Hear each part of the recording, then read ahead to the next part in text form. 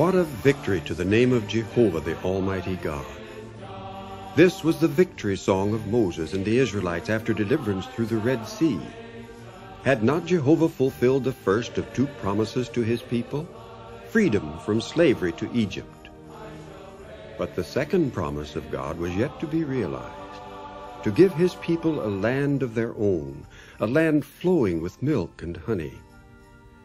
Would the words of this song and the good news of God's promises linger on their lips and in their hearts to carry them through the wilderness to the promised land? What can we learn from these experiences? Jesus' Apostle Paul said they are examples for us upon whom the ends of the systems have arrived. Paul also warned us, we have had the good news declared to us also, even as they also had.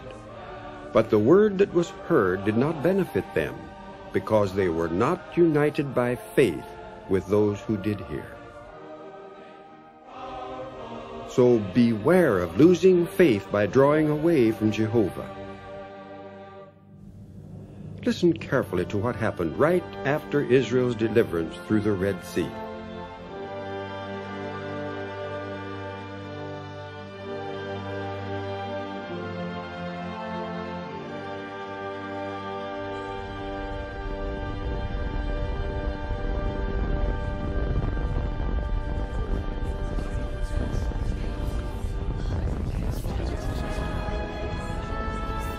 Look, Father, Jehovah's pillar of fire is moving out across the camp.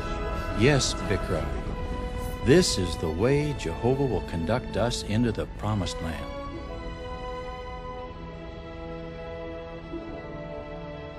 And they went out to the wilderness of Shur and marched on for 3 days in the wilderness.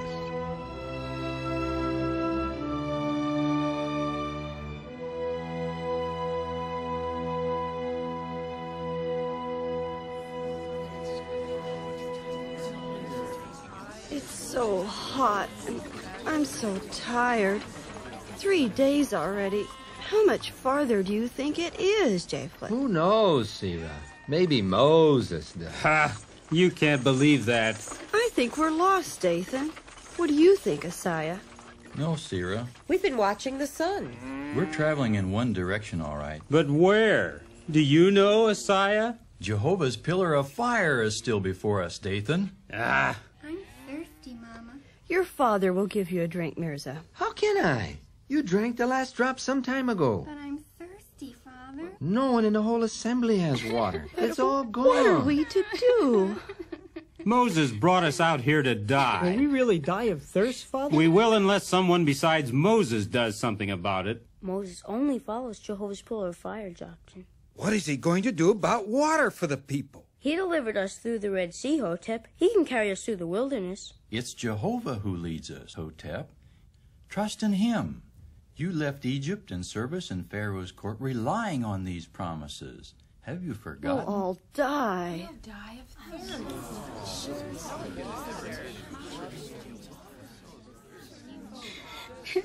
Don't cry, Mirza. I have a little water left. You can have it. I don't want to drink up your water, Bikrai. We're not thirsty anyway. Besides, Jehovah will give us some more.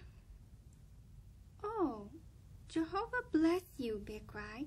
And you too, Isha. Water! Look, there's water! Look, Father, Jockton's found water. We're coming, Jockton. Say! Here, drop some in this bucket. Let me taste it. Oh, it's bitter.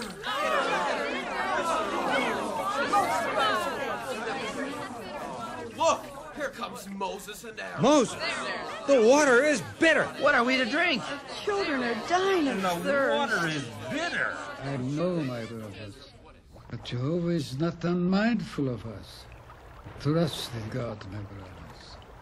Now look and see, O Israel. Moses has a branch of a tree. This branch of a tree, Jehovah has directed me to cast into the water, and the water will become sweet.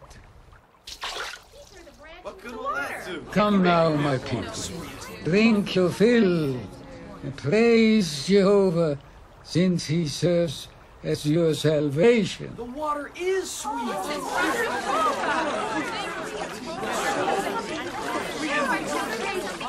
Hear now, O people of Israel, this is what Jehovah has said. I have heard your murmuring, and I will put you to the test. If you strictly listen to the voice of Jehovah our God, and will do what is right in his eyes, and will indeed give ear to his commandments, and keep his regulations, I will put none of the maladies upon you that I put upon the Egyptians, because I am Jehovah who is healing you.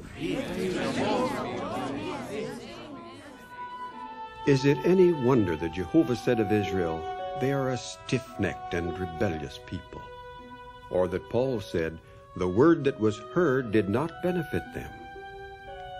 But though they forgot so quickly the mighty acts of their God, Jehovah, in his long-suffering and loving kindness, did not forget his people entirely. He knew their needs, not only for water, but also for food.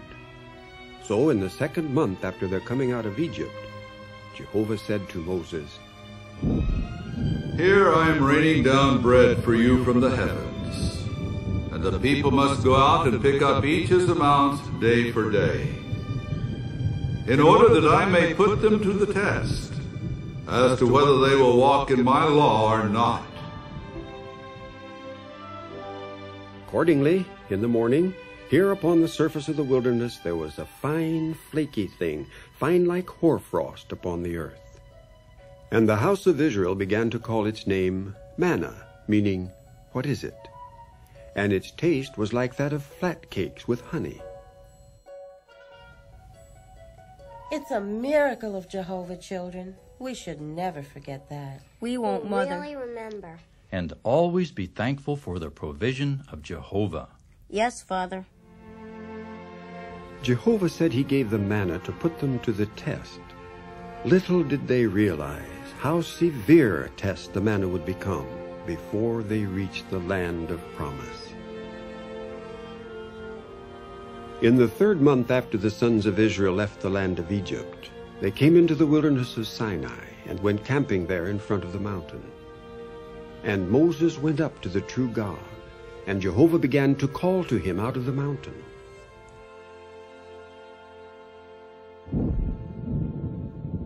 Go to the people, and you must sanctify them today and tomorrow, and they must wash their mantles. And they must prove ready for the 3rd day, because on the 3rd day Jehovah will come down before the eyes of all the people upon Mount Sinai. At the blowing of the horn, they themselves may come up to the mountain. And the 3rd day when it became morning, it came about that thunders and lightnings began occurring, and a heavy cloud upon the mountains, and a very loud sound of a horn, so that all the people who were in the camp began to tremble.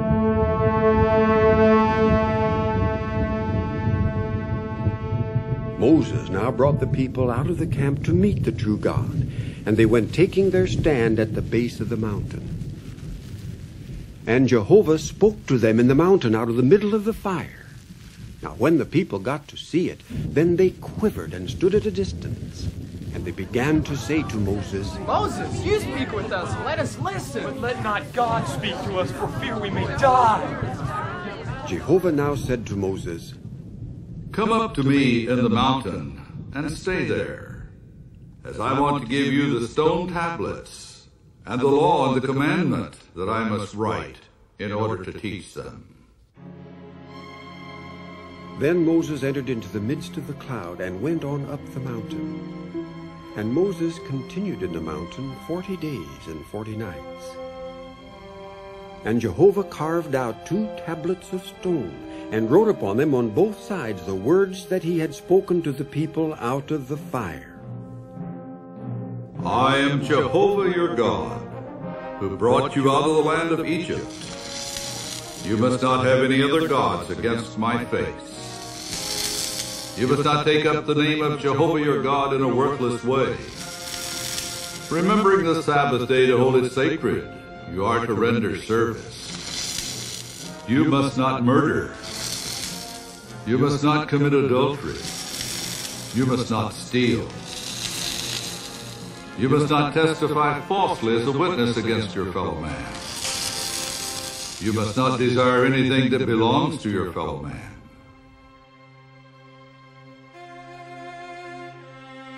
Now, as soon as Jehovah had finished speaking with Moses on Mount Sinai, he proceeded to give him the 2 tablets of the testimony, tablets of stone, written on by God's finger.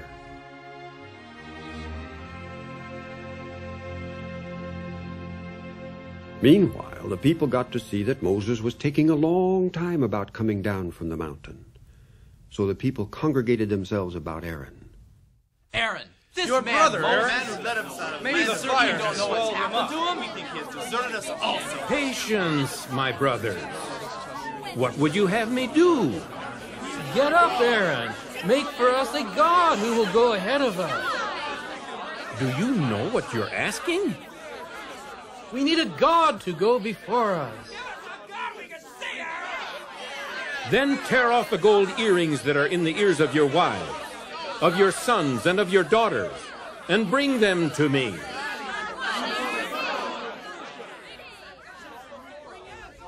And all the people began tearing off the gold earrings that were in their ears and bringing them to Aaron. Then he took the gold from their hands, and he formed it with a graving tool and made it into a molten statue of a calf. This is your God, O Israel, who led you up out of the land of Egypt.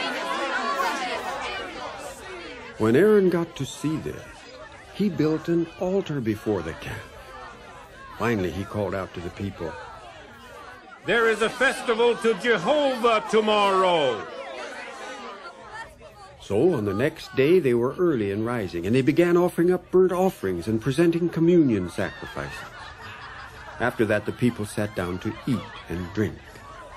Then they got up to have a good time.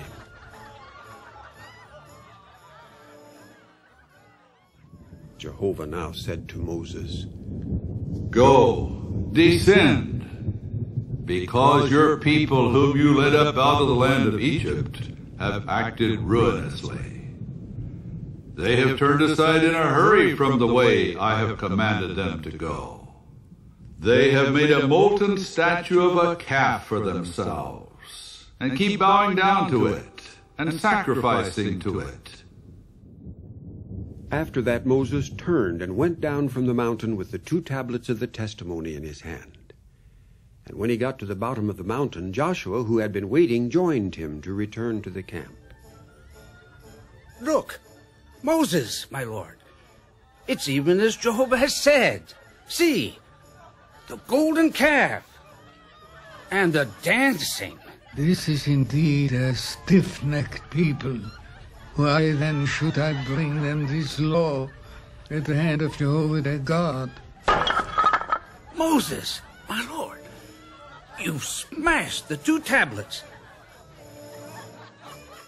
Aaron. Yes, Moses? You've returned. What did this people do to you that you have brought a great sin upon it? Do not let the anger of my lord blaze. You yourself well know the people, that they are evil inclined. So they said to me, Make for us a god who will go ahead of us. Hence I said to them, Who have any gold? They must tear it off themselves, that they may give it to me. And I proceeded to throw it into the fire. And this calf came on out. Do you not know that Jehovah got incensed at this people to the point of annihilating them? Joshua. Here I am, my lord. This god of gold that the people had made, this molten calf, must be destroyed. Go quickly, Joshua. Take the calf that they have made and burn it with fire and crush it. Then throw its dust into the torrent that is descending from the mountain and make the sons of Israel drink it. Even so, my lord. it shall be done. Who is on Jehovah's side? To me. Eliezer, Isaiah, you others, you are all men of Levi. Hear now what Jehovah, the God of Israel, has said.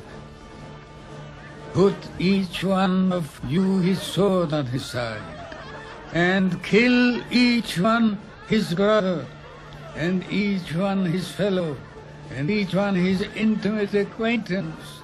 And in this way, the people must know that Jehovah is a jealous God, a God tolerating no rival. And Jehovah began plaguing the people because they had made the calf which Aaron had made an object of worship.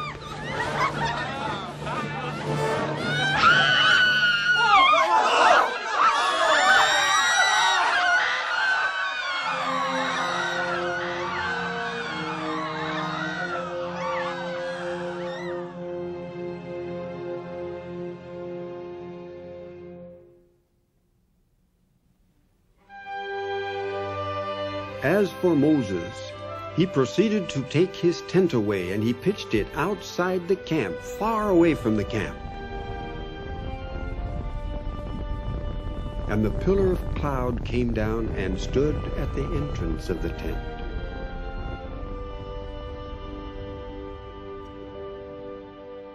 Then Jehovah said to Moses, Carve out for yourself 2 tablets of stone like the first ones. I must write upon the tablets the words that appeared on the first tablets, which you shattered. Accordingly, Moses did just as Jehovah had commanded him. Later, Moses called the entire assembly of the sons of Israel together and said to them, This is the word that Jehovah has commanded. From among yourselves, take up a contribution for Jehovah. And let all the wise-hearted among you come and make all that Jehovah has commanded, namely the tabernacle with its tent and its covering, the holy garments for Aaron the priest, and the garments of his sons for acting as priests. Accordingly they came, everyone whose heart impelled him, and they brought everyone whose spirit incited him Jehovah's contribution for the work. Where are the articles of gold? Over there. What do you have? All sorts. I didn't realize there were so many sealskins among the people.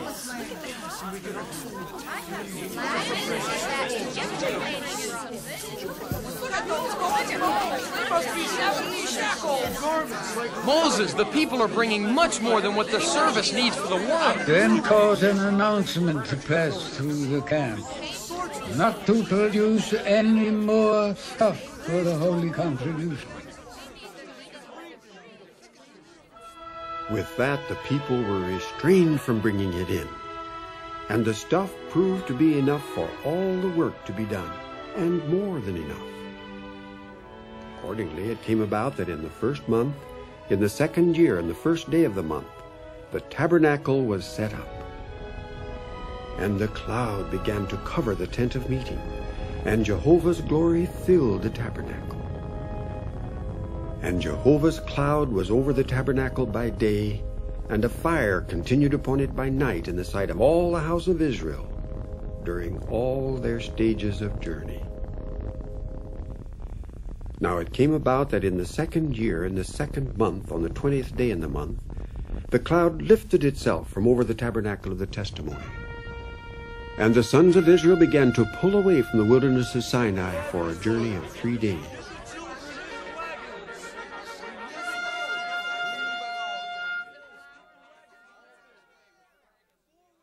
And again the people became as men having something evil to complain about in the ears of Jehovah. When Jehovah got to hear it, then his anger grew hot, and a fire of Jehovah began to blaze against them, and to consume some in the extremity of the camp. When the people began to cry out to Moses, then he made supplication to Jehovah, and the fire sank down. and the name of that place got to be called Taberah. And the mixed crowd that was in the midst of them expressed selfish longing, and the sons of Israel too began to weep again. Hotep, who will give us meat to eat? For it was well with us in Egypt. Well, why didn't you stay in Egypt, Ainina? The land was desolated by Jehovah, but nothing like this wilderness he's brought us into. Would you rather be back in the service of Jannies and Jambries, those magic-practicing priests, than to be here in the camp of Jehovah? What do we have here, Hotep? Promises of a land flowing with milk and honey. We can't eat promises. All we have is manna. Who here will give us meat to eat? Hotep, your fellow Egyptians speak with greater wisdom even than Moses, whom you've grown to imitate. You do well to heed the words of Moses, Dathan. And you too, Abiram. Do you think it's beyond the power of him who parted the Red Sea to provide you with meat if he saw fit?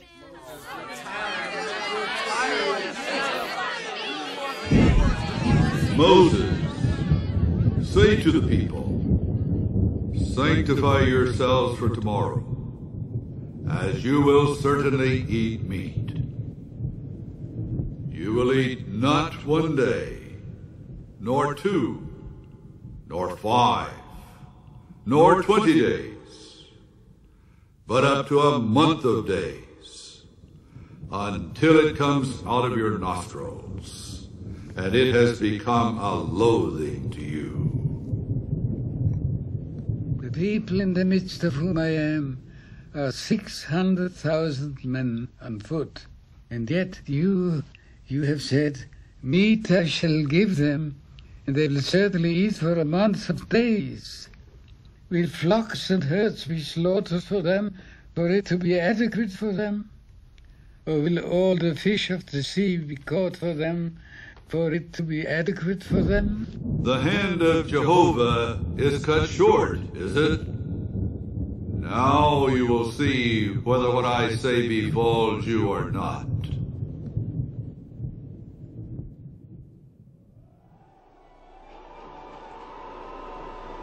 And a wind burst forth from Jehovah, and began driving quails from the sea, and letting them fall above the camp.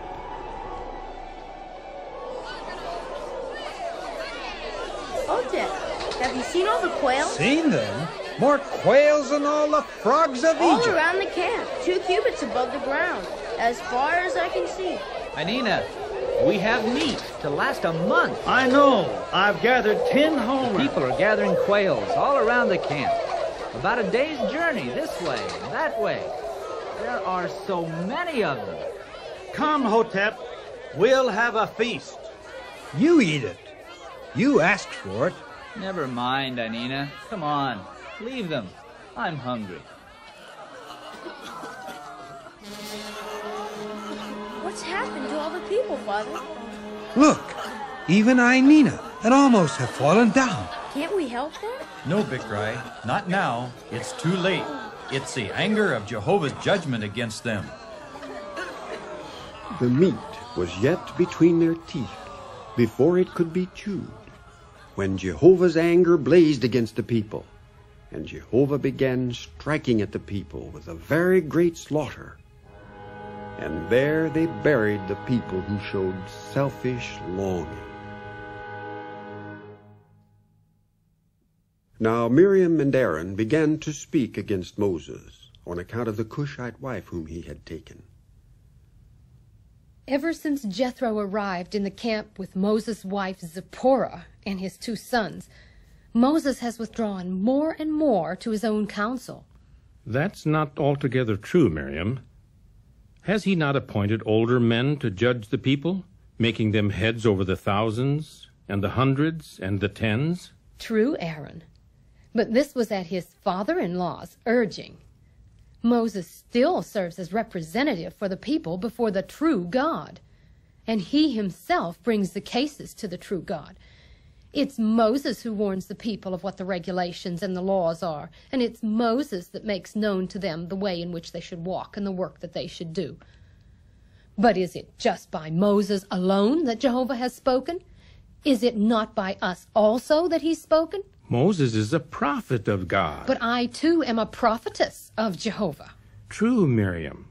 And Jehovah has spoken by you. But now, what will prevent Moses from exalting Zipporah and putting her above you, his older brother, and me, his older sister? Perhaps it's only that it appears to you to be so. You can speak thus, Aaron. Has he not made you high priest? And your sons also priests of the Most High God? But what share do you have in the administrating of the government of Israel? And I, though Jehovah has spoken by me, what part do I have? It's true. Zipporah is an outsider to Israel. It doesn't seem right that she should be on an equality... Here he comes now. Oh, Moses. Miriam has been talking to me about Zipporah, your Cushite wife. And what of Zipporah, Miriam? Would you now exalt a Cushite woman above your own sister? One through whom Jehovah himself has spoken? In what way has Zipporah been exalted in Israel? Well, as Miriam says, she is your wife. And will not the people most certainly turn to Zipporah and exalt her and look to her to lead the women in dances and in singing? Moses, is this indeed what you yourself... Moses and Aaron and Miriam, go out, the three of you, to the tent of meeting. Jehovah was listening, and now he himself will answer. And now we'll see what it is Jehovah will do, and whether or not it is by you only that Jehovah has spoken. And Moses, with Miriam and Aaron, went out to the tent of meeting, and stood before Jehovah. Hear my words, please. If there came to be a prophet of yours for Jehovah, it would be in a vision I would make myself known to him. In a dream I would speak to him. Not so my servant Moses. He is being entrusted with all my house. Mouth to mouth I speak to him, thus showing him, and not by riddles. And the appearance of Jehovah is what he beholds. Why then did you not fear to speak against my servant, against Moses? Look! Leprosy! I'm covered with leprosy! Excuse me, my lord. Oh! Do not, please, attribute to us the sin in which we have acted foolishly and which we have committed. Please, do not let her continue like someone dead, whose flesh at the time of his coming out of his mother's womb is half eaten off. Oh, God, please, heal her, please. Were her father to spit directly in her face, would she not be humiliated 7 days? Let her be quarantined 7 days outside the camp, and afterward let her be received in. Accordingly, Miriam was quarantined outside the camp 7 days, and the people did not pull away until Miriam was received in. Miriam apparently profited from her rebuke at Jehovah's hands, and it seems her humiliating experience for a time quieted those who resented Moses' leadership and denied his appointment from Jehovah. But not for long. The lack of faith that plagued the assembly of Israel would not allow them to rely entirely on Jehovah's leading, and forgetting the mighty acts of God that finally brought them to the borders of the Promised Land, they were totally unprepared to face the challenge that suddenly confronted them. Dathan, how long do you think it'll be before the spies return from Canaan? It's been 40 days since they left the camp. Perhaps something's happened to them. Do you think it was right for us to ask Moses to send the spies into Canaan? Of course it was, Hotep. Moses has led us here to the borders of the land of Canaan. And now he boldly tells us that nothing can hinder the acquisition of it. But how could we know whether the Canaanites could be so easily vanquished? You're right, Korah. It's good that we send spies into the land. How do we know what sort of cities the Canaanites have? It was Moses that took 12 men of ours, one for each tribe, to search out the land, to see whether the people there are strong or weak, few or many. And he told them they must prove themselves courageous and take some of the fruitage of the land, since it's the days of the first ripe fruits of the grapes. Here come the spies now. Has Jehovah blessed your expedition, Joshua? He has indeed, Moses. We entered into the land in which you sent us out, and it is indeed flowing with milk and honey. See, here's some of the fruitage of the land. And the fruit is in great quantity. The good things fill the land. So let's prepare, therefore, to enter the land and take it by Jehovah's undeserved kindness. You're hasty, Joshua. The facts are that the people who dwell on the land are strong, and the fortified cities are very great. And the rivers were so large and deep that they couldn't be passed over. And the hills were so high, we couldn't travel along because of them. And the cities were strong, with walls and firm fortifications around them. Do not be discouraged by these bad reports, my brothers. Let us go up directly, and we're bound to take possession of it, because we can surely prevail over it. We're not able to go up against this people because they're stronger than we are. Indeed, we became like grasshoppers in their eyes. People of Israel, hear me. You must not suffer shock or be afraid because of this bad report. Jehovah your God is the one going before you. He will fight for you, according to all that he did with you in Egypt, under your own eyes, and in the wilderness, where you saw how Jehovah your God carried you just as a man carries his son, in all the way that you walked until you were coming to this place. Then all the assembly raised their voice, and the people continued giving vent to their voice, and weeping all through that night. And all the sons of Israel began to murmur against Moses and Aaron. It's better than to die in the wilderness. Our wives and our children will become plunder. Let us a point ahead and let us return to Egypt. The land that we passed through to spy it out, it's a very, very good land. A land that's flowing with milk and honey. Only against Jehovah do not rebel. And you, do not you fear the people of the land, for they are bread to us. These men would lead you to your death. Do not listen to them. These men deserve to die. Be of good courage, my brothers. Do not condemn God as having told you lies. Trust in God to conduct us, and follow those whom God has appointed to be our leaders, even Moses and Aaron. My brothers, hear this word of Jehovah. I have heard the murmuring of the sons of Israel, that they are murmuring against me. In the wilderness your carcasses will fall. Yes, all your registered ones, of all your number, from 20 years old upward, who have murmured against me. Not one among these men of this evil generation will see the good land that I swore to give to your fathers, except Caleb, the son of Jephunneh, and Joshua, the son of Nun. As for your little ones, of whom you said, plunder they will become, and your sons, who today do not know good or bad, these will go in there, and to them I shall give it, and they will take possession of it. The carcasses of you yourselves will fall in the wilderness.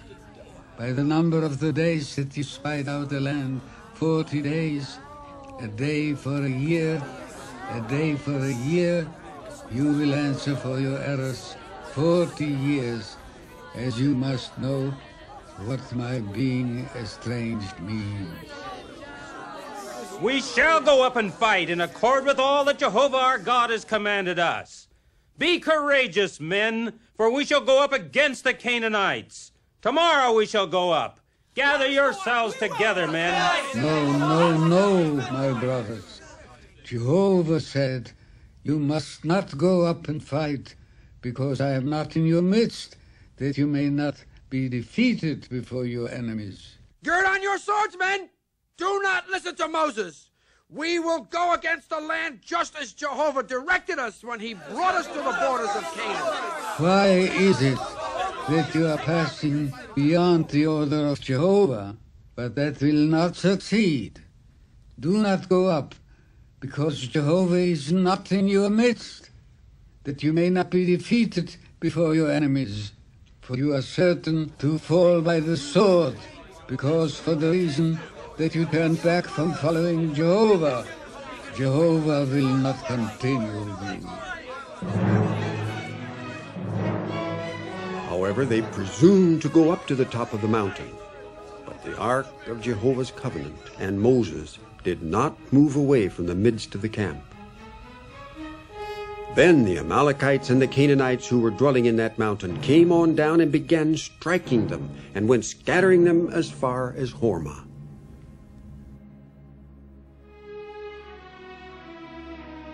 How far they had drawn away from the true God. Though making great professions of faith in Jehovah, their murmuring and fault-finding with Jehovah's appointed servant were eventually bringing them into open opposition, and they rebelliously determined to serve God in their own way. Having lost all faith in God's promise to bring them into the promised land, the desire to return to Egypt that had begun to take root even before they crossed the Red Sea began to spread like gangrene. And the seditious talk of men like Korah and Dathan and Abiram found fertile soil in their hearts.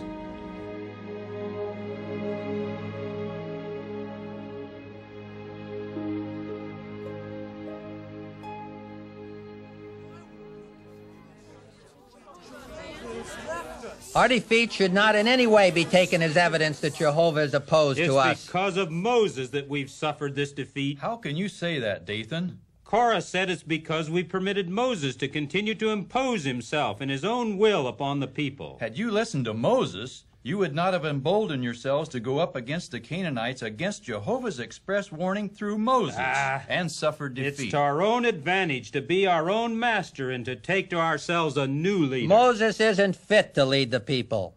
Now that we've been rejoicing in our deliverance from the indignities we've endured under the Egyptians, why now should we bear the tyranny of Moses over us? Moses would have us believe that God foretells what concerns us only out of kindness to Moses. As if we're not all the children of and Abraham. That God has made Moses alone the author of all the knowledge that we have, and we must still learn it from him. It's a very sad thing, my brothers, that we've not acted before this, but have allowed Moses to hunt after and pave the way to glory for himself. Japhet, could I speak to you here a moment, please? As you say, my brother.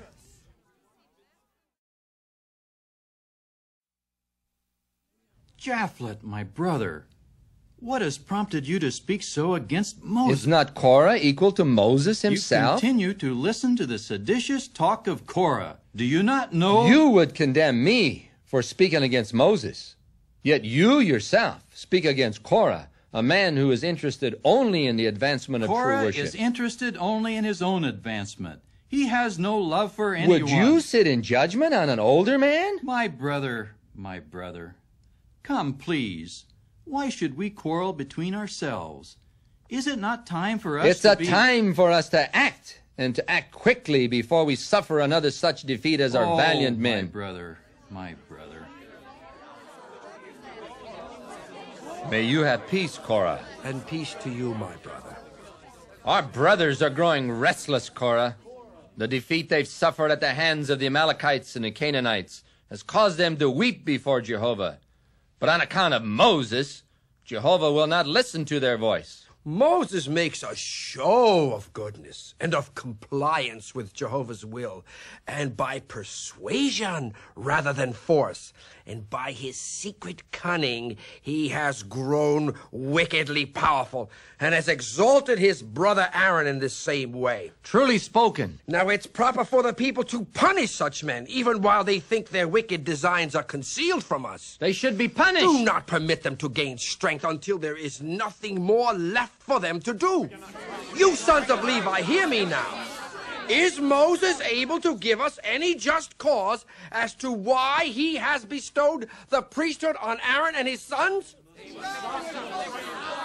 If God had determined to bestow that honor on one of the tribe of Levi, am I not also of the tribe? Prince of Levi. No, I would not take upon myself the dignity of this high office, only if it were urged upon me by the people. On the other hand, if God had determined to bestow this honor on the oldest tribe, then that of Reuben might have it justly, and Dathan and Abiram would have it, for these are the oldest men of the tribe of Reuben, and men of fame on account of their great wealth also. There's Moses. That is enough of you, Moses, and of Aaron, because the whole assembly are all of them holy, and Jehovah is in their midst. Why then should you lift yourselves up above the congregation of Jehovah? O Korah, both you and all those with you, these 250 men are chieftains of the assembly.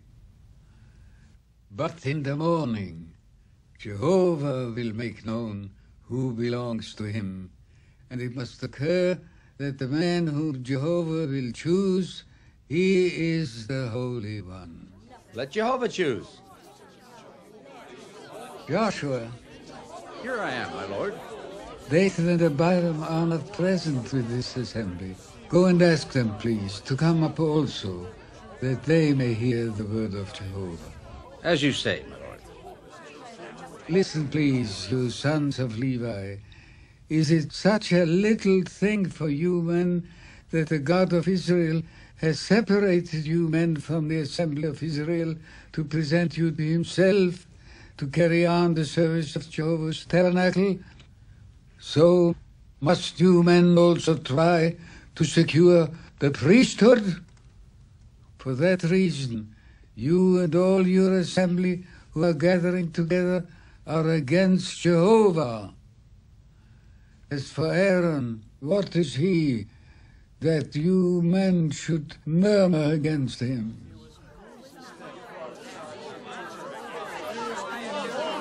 You are alone, Joshua.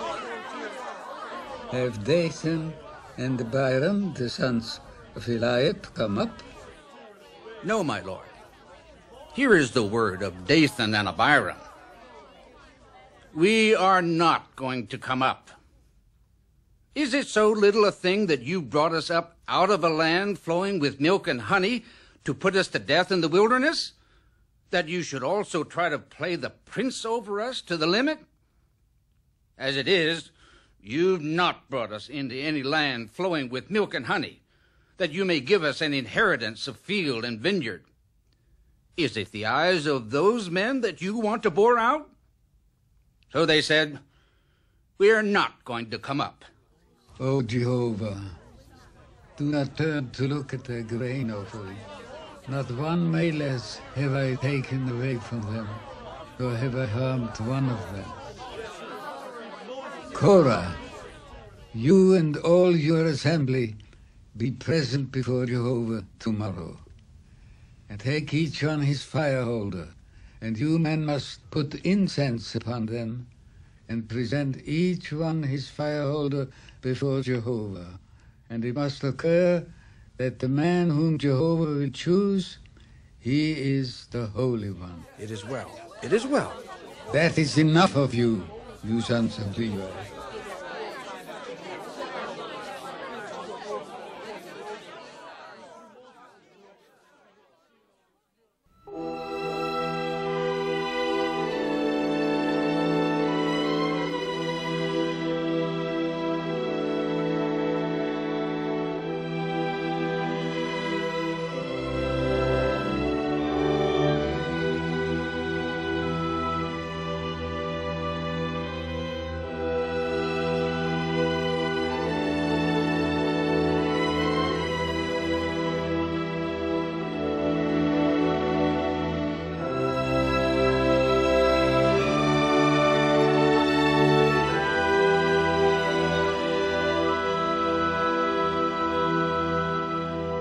It pleases my heart greatly, Japhet, to see that you've not joined with Korah in presenting yourself before Jehovah at the entrance of the tent of meeting. I wouldn't put in for the office of the priesthood for myself, just as Korah's sons, Asher, Elkanah, and Abiasaph, have not joined with him.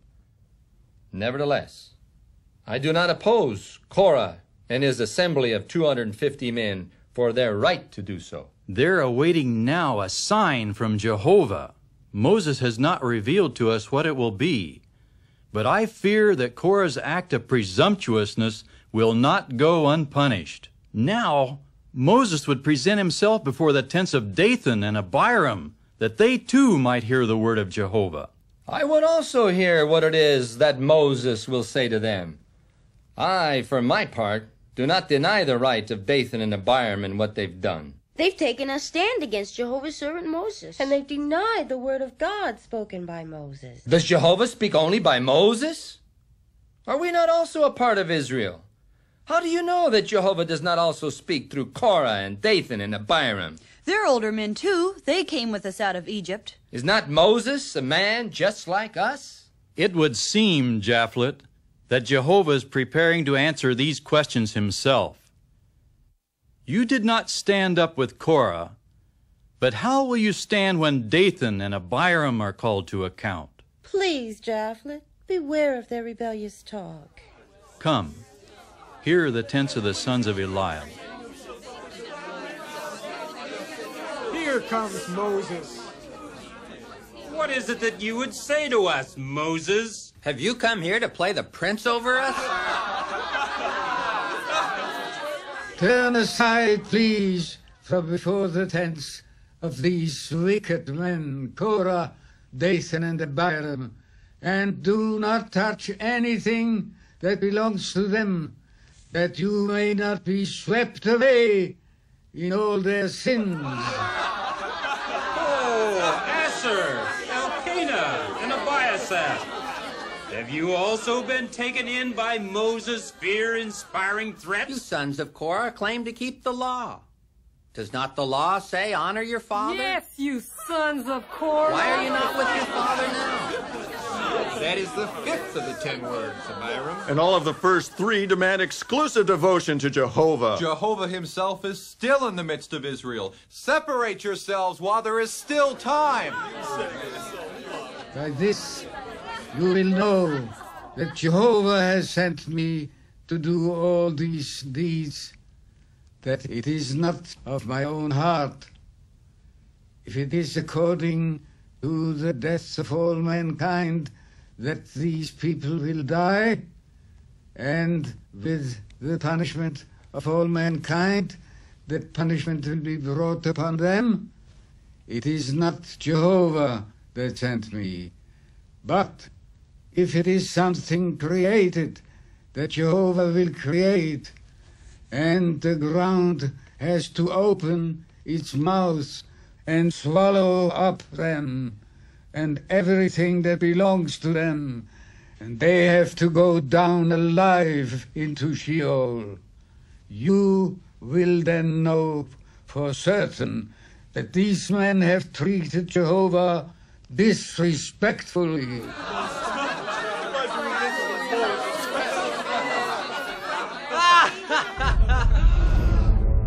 Look! Fire from heaven at the door of the tabernacle.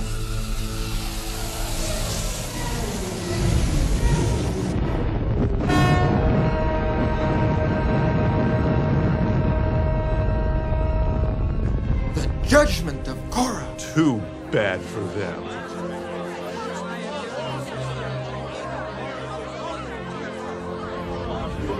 Listen. What is it? It's an earthquake.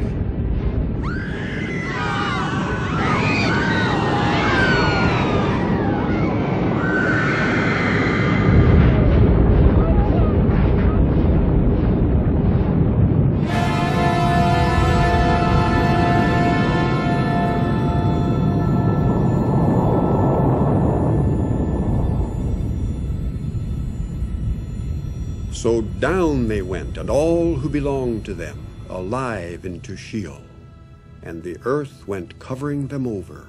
so that they perished from the midst of the congregation. And a fire came out from Jehovah and proceeded to consume Korah and the 250 men offering the incense. These perished in the rebellious talk of Korah. Too bad for them.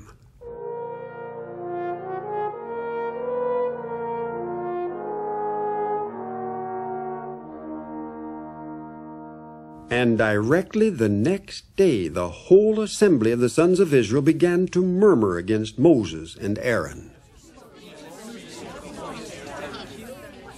Moses has carried his authority to an extreme. How could he dare to put Jehovah's people to death? What are you saying, Japhet?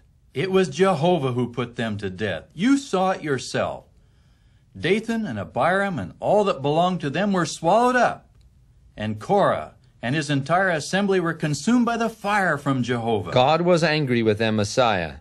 But what happened was not so much because of the wickedness of these men, since they were chieftains of the assembly, men of fame. It was Moses that brought this great loss to Israel. Now he would even make a memorial, having the fire holders of these men made into thin metal plates as an overlaying for the altar. Eleazar, the son of Aaron, has done this just as Jehovah directed, that they should serve as a sign to the sons of Israel, that no one might become like Korah and his assembly. Why have you put to death the princes of the people, Moses? You men, you've put Jehovah's people to death. Why do you men continue to put Jehovah to the test? See now, we must make supplication to Jehovah, that he not turn upon you in his anger, and do to you even as he did to Korah and his assembly. Moses and Aaron, you men rise up from the midst of this assembly, that I may exterminate them in an instant.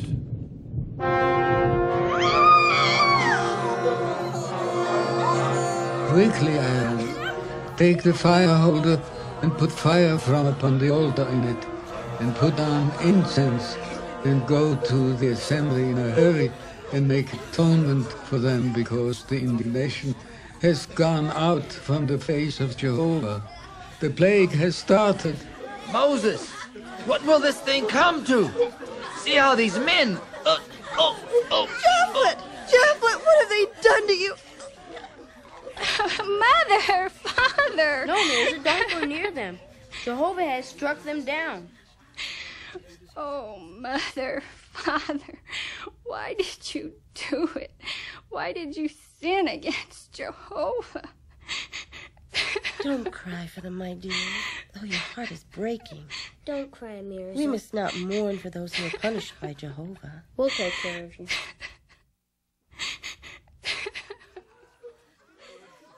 Quickly, Aaron, stand with your fire holder between the living and the dead.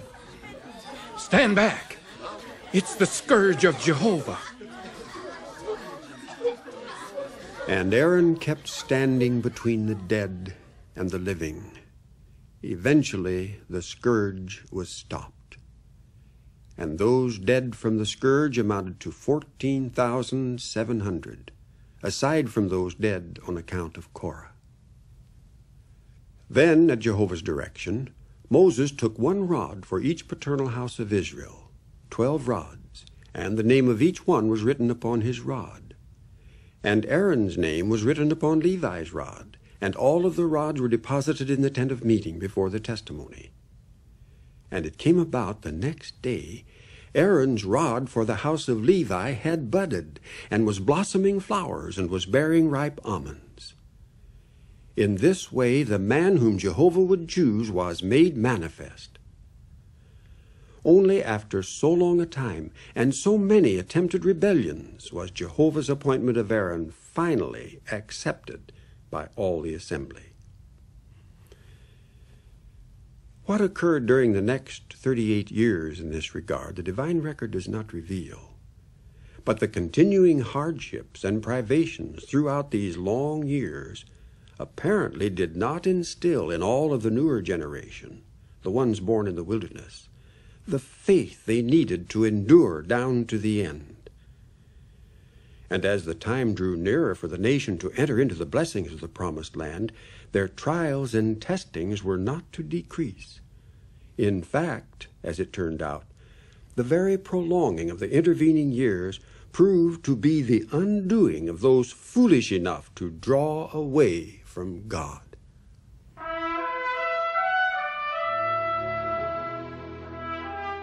In the final months of their 40-year trek in the wilderness, even Moses, the faithful servant of Jehovah, began to feel the strain of these trials sometimes. It was when the sons of Israel proceeded to come into the wilderness of Zin in the first month, and the people took up dwelling in Kadesh. There Miriam died, and there she was buried.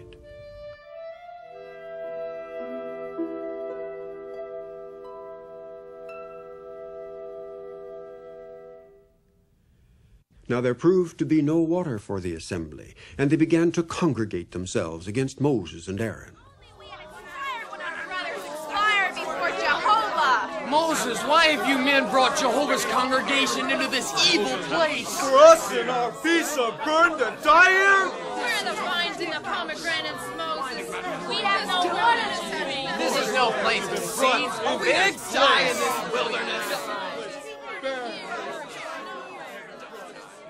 Then Moses and Aaron fell upon their faces before Jehovah at the entrance of the tent of meeting. Take the rod and call the assembly together, you and Aaron your brother.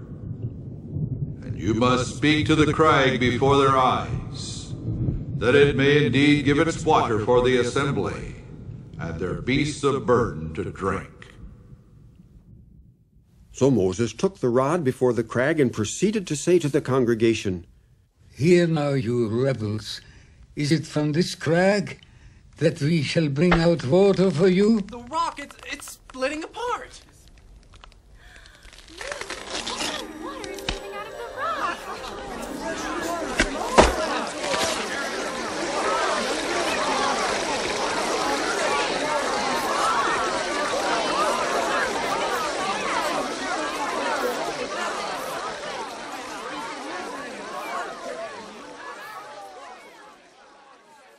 Later, Jehovah said to Moses and Aaron, Moses and Aaron, because you did not show faith in me, to sanctify me before the eyes of the sons of Israel, therefore, you will not bring this congregation into the land that I shall certainly give them.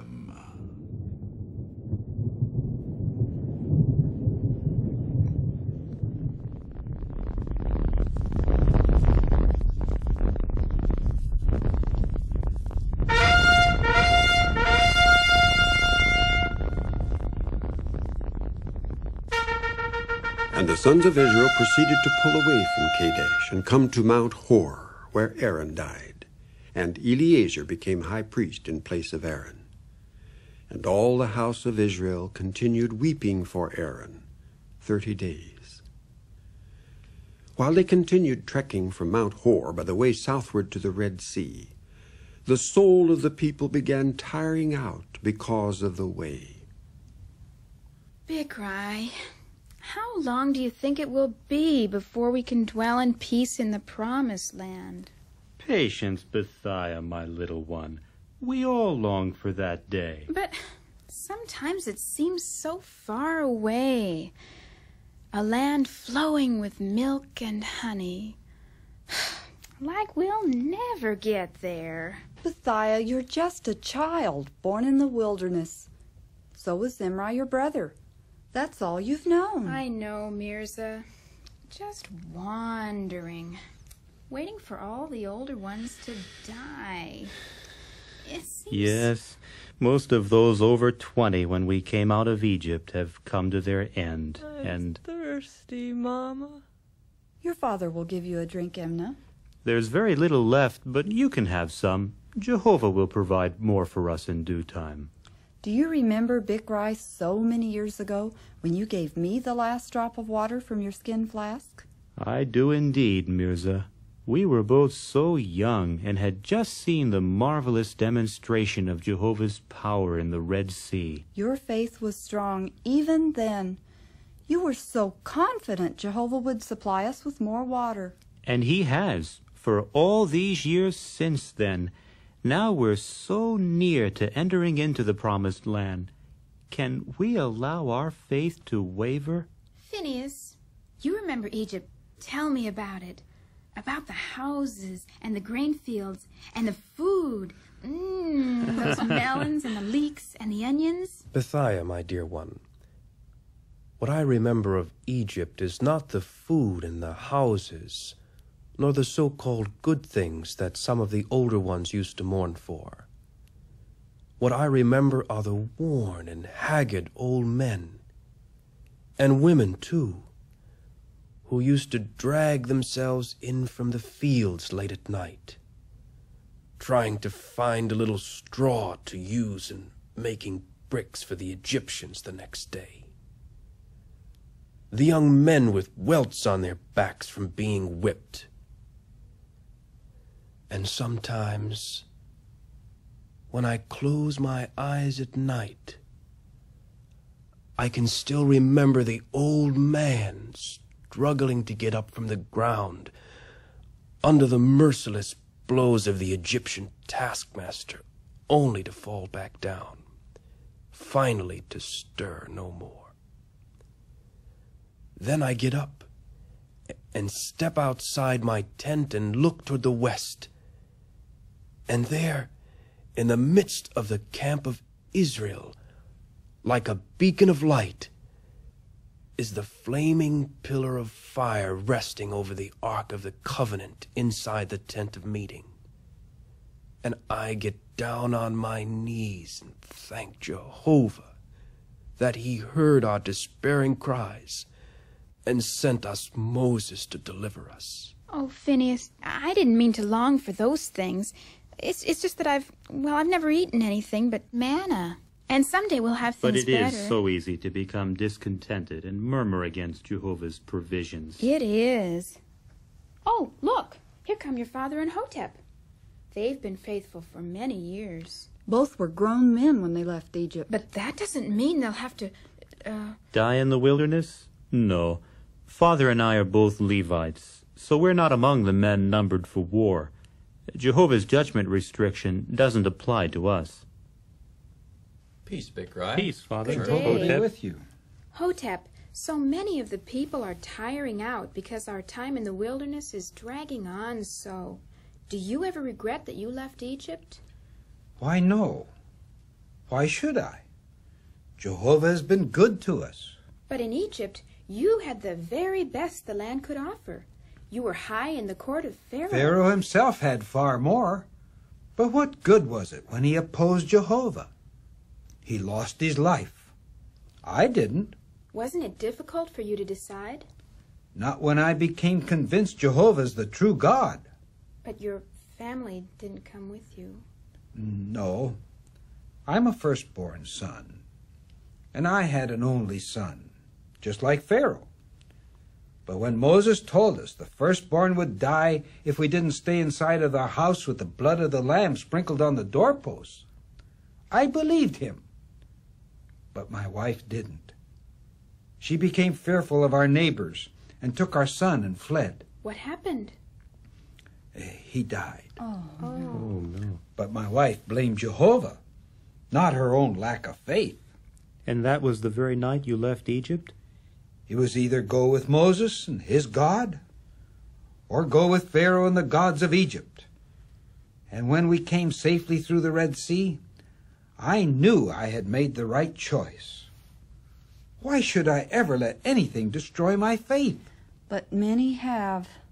It grieves me to hear them speak so disrespectfully of Jehovah's provision for us. How do they think they can escape his displeasure? Aaron is dead, and still we drag on through the wilderness. That means we'll have no water, and the manna is all we'll have to eat. Why has Moses brought us up out of Egypt to die in the And wilderness? though our fathers were slaves, our lot was better there than it is here in the And our wilderness. soul has come to abhor the contemptible bread. Ah! A snake! It's bitten Ethni. Look, Ethni's dead. Now we're all sure to die. For Moses has brought us into the midst of poisonous snakes, and they'll kill all of us. Another snake! Hotham is dead too. It's a judgment from God. We've sinned against Jehovah. Jehovah, run quickly and bring Moses.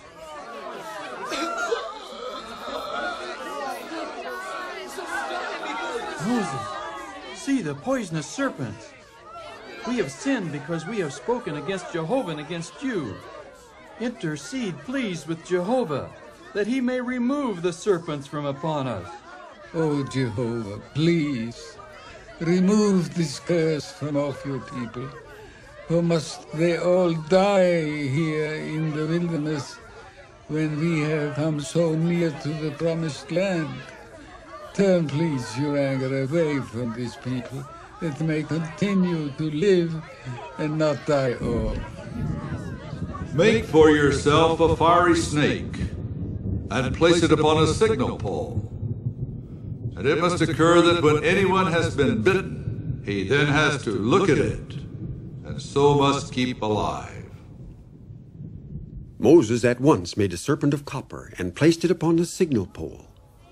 Hear now, O people of Israel, when any one of you is bitten by one of the poisonous serpents that Jehovah has sent among you, you must look at this copper serpent, and so you must keep alive.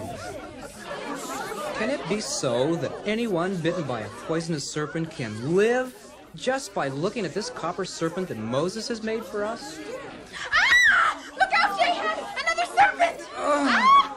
Jehan, please! Look at the copper serpent! Look! Please! He's getting up.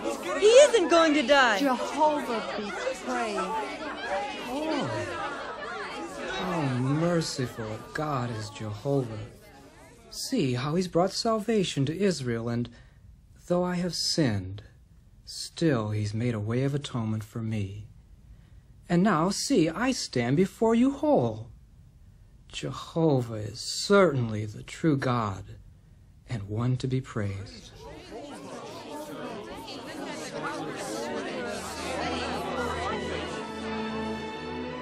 After that, the sons of Israel pulled away and encamped in one place after another until they came to the valley that is in the field of Moab. And Sihon, the king of the Amorites, did not allow Israel to pass through his territory, but came out and began fighting with Israel.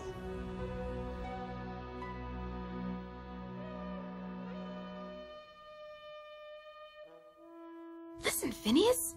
What is that? It's the men of war returning from fighting the Amorites, and the victory song of the women. They've entered the camp on the north. Oh, I must run to greet them. Oh, my tambourine. Oh, never mind that. Oh, Phineas, I'm so excited. I'm not thinking clearly. They'll be tired and thirsty. I'll get them water. Phineas, Zimri, and Jehan. Oh, good to see you, Phineas. Welcome back to the camp of Israel, Zimri. And you too, Jehan. Lie down here. May you have peace after your successful campaign. May we have peace indeed. It was indeed successful. This armor has suddenly become a burden to me. Oh, Zimri, you're back. Here's water. You must be thirsty. I'm famished to the point of dying. You've come a long way, Jehath.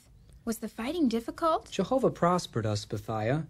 The Amorites melted before us just like the dew in the morning sun. And we went capturing all of their cities, devoting every one to destruction. And Sihon, king of the Amorites, and Og, king of Bashan, we struck down with the sword. And the spoil of the city we took as plunder. Those cities and the wealth of those people make this miserable camp in the wilderness seem even more desolate. Oh, Zimri, you don't really mean that. You're tired, and maybe you're hungry. Let me run and fetch you some manna cakes that I baked this morning. Don't talk to me about manna. I'm sick of it. Why, the things we saw up there in the land of the Amorites? We're going to have all those things someday. And soon, Zimri. I'm talking about now. What's wrong with wanting the best out of life? Well, there's nothing wrong with wanting the good things of the land. Our hope from Jehovah himself is a land flowing with milk and honey. He didn't say a land flowing with manna. I hope not. But his provision for us now is manna. To teach us that man does not live on bread alone. So eat it and enjoy yourselves. Please, forgive me, my brother. I didn't mean to... It's only that... Suppose I became discontented with the miraculous provision of manna Jehovah has made for us. Wouldn't I become like our people who were bitten by the poisonous serpents? Then you could look at Moses' copper serpent and keep on living. Never mind. I'll eat it because I have to, but don't ask me to like it. I'm going to my tent. Oh, Phineas, did I do wrong? Jehovah should never be put to the test, my little one. Jehath, what do you think? Well, it does seem like a little thing, just to enjoy yourself. Just to have a good time, Jehath. Zimri is a chieftain of a paternal house of the Simeonites. But sometimes I wonder what would happen. I don't know. It's just a little thing. How often do we hear that? Especially if it's something we think is our right, or that we think we might enjoy. But is it a little thing if it is the first step away from Jehovah? Zimri and his Israelite brothers had to answer that question when the women of Moab and Midian came calling the people to the sacrifice of their gods. When does your watch conclude, Jehath? At sundown. Have many of the men gone out to the festival? The festival of the Moabites? Well, there's no festival in the camp of Israel as long as we're still fed on manna. Many have gone out, Zimri. Uh-huh. They invited me too, but won't they be singing and dancing before Baal? And that makes you hesitate to join in? Well, the law we received at Mount Horeb strictly forbids... You read the law too literally. It's just music and dancing, having a good time. Just ignore their gods and sacrifice. Let them idolize Baal and Chemosh. You can just enjoy the music. Look, Zimri, who are these women approaching the camp? They're not Israelite women. Oh, that's Cosbi and Ada, daughters of kings of Midian. Cosbi has invited me to join in their dancing. What is your name? Jehath. My name's Ada. Why haven't I seen you at our festivals? Well, I'm not quite sure. You're not sure that you're welcome? Oh, but of course you are. We'd like everyone in the camp of Israel to come. But your festivals are in sacrifice to Baal, and as a worshiper of the true God. But you needn't take part in the sacrifice to Baal if you don't want to. Certainly you can come to the festival and share in the food and wine, and the music and dancing. What could be wrong with that, Jehath? Well, I don't know, but it seems to me... Oh, Zimri, how good it is that I have found you. I had hoped that you might be here with Jehath. What is it, Phineas? I'd prefer to speak with you when you're alone. Who are these women? They're not of the camp of Israel. No, they're not. We are only 2 women of Midian who have approached the camp of Israel on a mission of peace. We've come to invite you and your brothers to sit down with us and feast. The sons of Moab and Midian would welcome you. Our land has plenty for us and for all of you, and we would be most pleased to share it with you. Why is it, then, that the princes of Moab and of Midian have not approached us? Why must the women furtively and slyly sneak around the outposts of our camp, preying upon the unwary and enticing them to share in the festivals to your pagan gods Chemosh and Baal? Zimri, who is this who dares to address Cosbi, the daughter of Zur, chieftain of Midian, in this fashion? This is Phineas, son of Eleazar, the high priest of Israel. Phineas, if you have words with me, speak them, but address them to me. Zimri, Do you honestly believe that you can mix with these people and not become involved with them? Are you so blind as to believe that you can sit down with them, to eat and drink and rise up to have a good time, yet not be responsible before Jehovah? Do you not know that the festivals carried on by the worshippers of Baal are certain to lead you into fornication with their gods and with their women? Zimri, I will not be insulted further by this priest of your God. I am returning to my people. If you prefer to listen to Phinehas, then I'll find other company among the princes of Israel. Choose for yourself. Listen to me, Phinehas. Neither I nor my brothers will be interfered with. We know what we're doing. If we choose to associate with the sons and daughters of Midian, that is for us to decide. And what of you, Jehath? Will I be seeing you at the festival? I don't know. I'll see. Very well, Jehath. Come or not, it doesn't matter to me. You have only yourself to blame if you miss it. Phinehas, you have presumed beyond your authority. Your view is narrow and restricted. You have no right to impose it upon us. Beware, Zimri, that you do not tempt Jehovah beyond the limits of his mercy and loving kindness. And remember, too, that if any of the pagan women come into the camp of Israel, they deserve to die. That, too, the future alone will decide.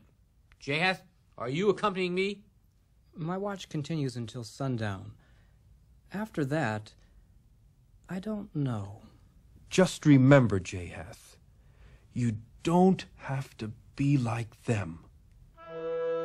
So Israel attached itself to the Baal of Peor, and the anger of Jehovah began to blaze against Israel.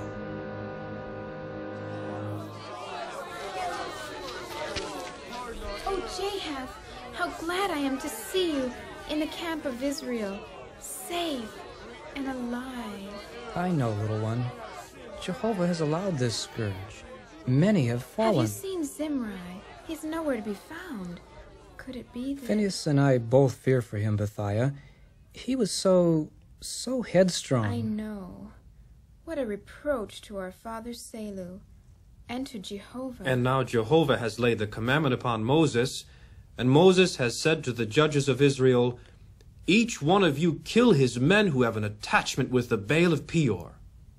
How is your heart in this matter, Jehath? My heart is like that of Moses. And yours, Bethiah? Mine too, no matter where Jehovah's judgment falls. But as for Zimri... I grieve for my brother, only in that he was too foolish to see Jehovah's blessing, and too proud to heed your wise counsel, Phinehas. But how can he escape the judgment of the true God? We can only pray that Jehovah's mercy will not depart completely from Israel, and that somehow his wrath will be turned aside. Look, Phinehas, Zimri's coming, with a Midianite woman. Bring her into the assembly of the sons of Israel. Look! Zimri and the Midianite woman, Cosby. He's taking her into the tent. Certainly Phinehas' priest will not take it upon himself to... and following them into the tent.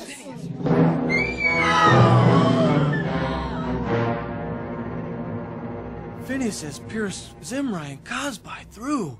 What an agonizing death. A judgment from Jehovah at the hand of his priest. Oh, Jehath. If only Zimri could have listened. If only he could have turned to Jehovah. Then he would not have gone down to the Midianite woman, as though it were just a little thing.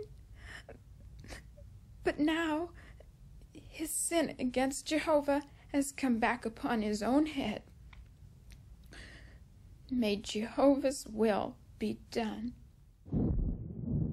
Phinehas, the son of Eleazar, has turned back my wrath from upon the sons of Israel, by his tolerating no rivalry at all toward me in the midst of them, so that I have not exterminated the sons of Israel in my insistence on exclusive devotion.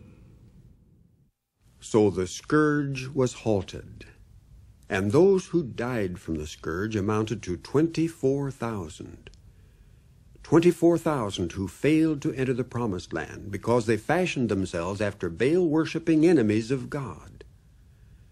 24,000 who placed too high a value on rising up to have a good time. And Jehovah took vengeance upon the Midianites and commanded Moses to kill every male and the 5 kings of Midian. Only the flocks and the herds and the little ones among the women were saved alive. At last the sons of Israel pulled away and encamped on the desert plains of Moab across the Jordan from Jericho. Look, the days have drawn near for me to die.